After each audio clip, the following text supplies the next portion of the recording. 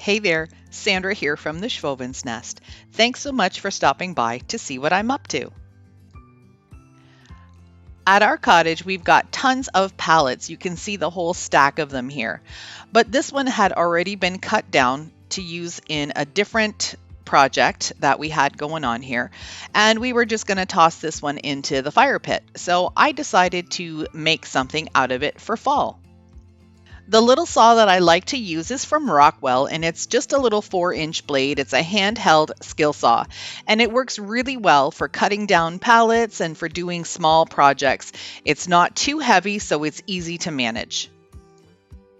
It worked out to cut the two end pieces, but when I tried to do some of the centered pieces, I got a kickback from it, so I needed to switch to a different tool. I went and got my husband's reciprocating saw with a wood blade, and that will allow me to cut through the rest of the pieces pretty easily. When you're using power tools, remember safety. I've got my running shoes on, I'm using gloves, and I have safety glasses on.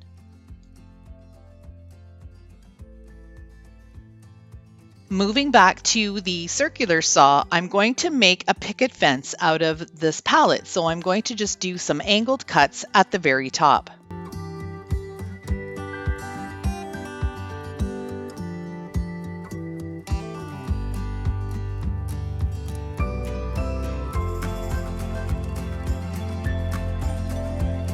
I'm also going to sand down some of the rough edges. So the tops of the pallets, of course, are just very rough wood, and there's some really rough edges where I did the cutting.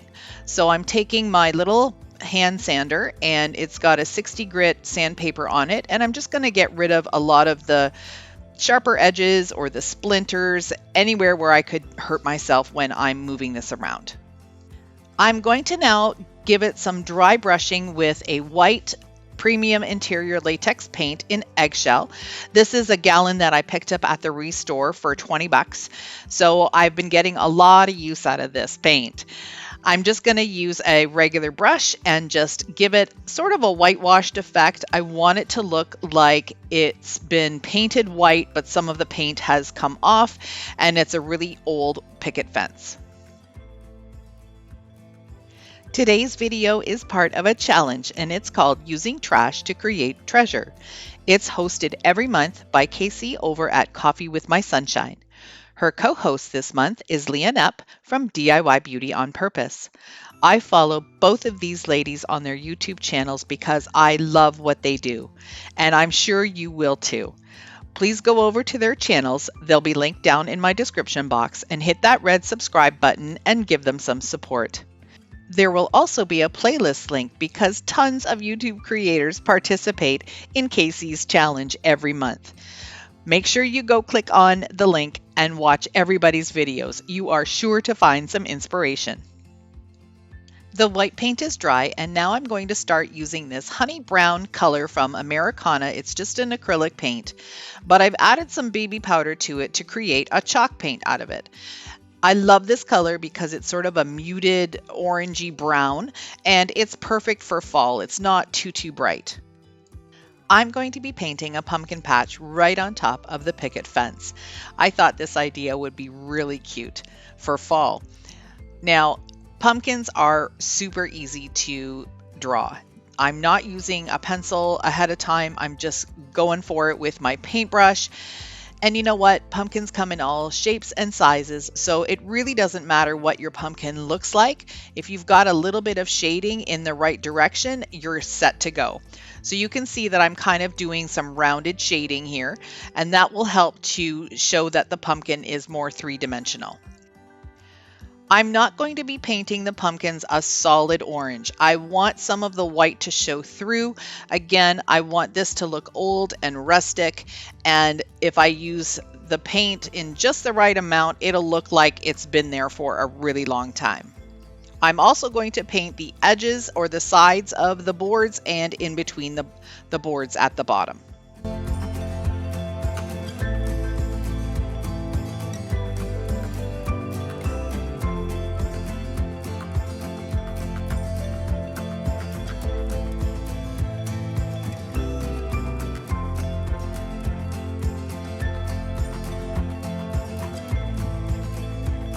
Now I'm taking some green and I'm going to start shading in the darker parts of the pumpkin and making it look more three-dimensional.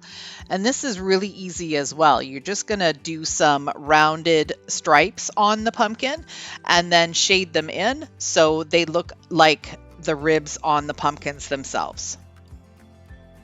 Once I'm done with the green, I'm going to take some dark gray and shade some of that in there, and then I'll also use more of the orange until I get it looking the way I want it to.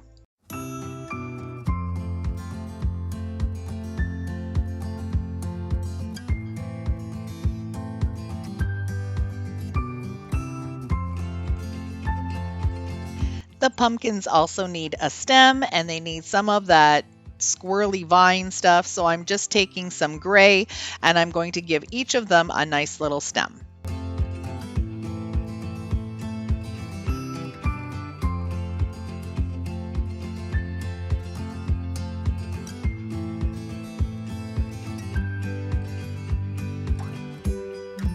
Using two of the boards that I cut off from the palette, I'm also going to give them a white dry brush. And these are going to be little signs that I'm going to put on top of my picket fence. I also decided just to draw some freehand leaves that look like they're falling down on top of the pumpkins. I'm doing more of a dry brush look, and I'm dipping my brush into the orange and the green and a little bit of the gray just to give them some nice colors and different dimensions.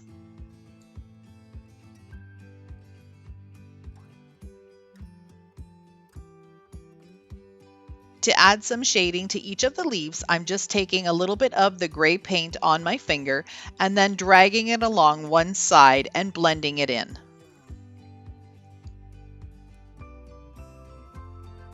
I'm going to add a sign to my picket fence, so I'm just taking two of the little pieces of wood that were cut off and I'm going to give them the same dry brush technique as I did earlier. I'm just going to use my Sharpie fine point and a thick permanent marker to put the words welcome and fall. I always start with the center letter. So you can see here that I'm counting out welcome and the C is the center letter, and that will help me to achieve a centered word. So I'm going to start with the C, work myself all the way to the end of the word. So the O, M, and E will come next, and then I'll move back to the center and do the L, E, and W.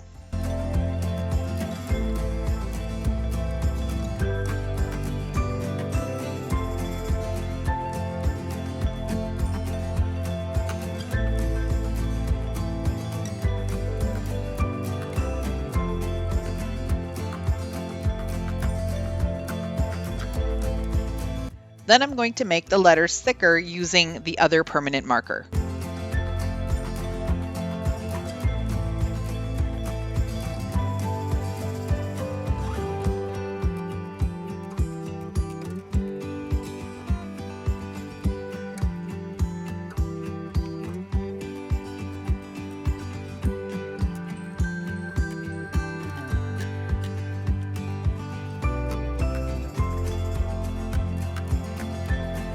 I'd like to thank Casey and Leah Knepp for hosting the challenge. If you like my video, I would love for you to hit that red subscribe button and stick around a while. You can also click the bell to get notified when I upload a new video. Thanks so much for watching.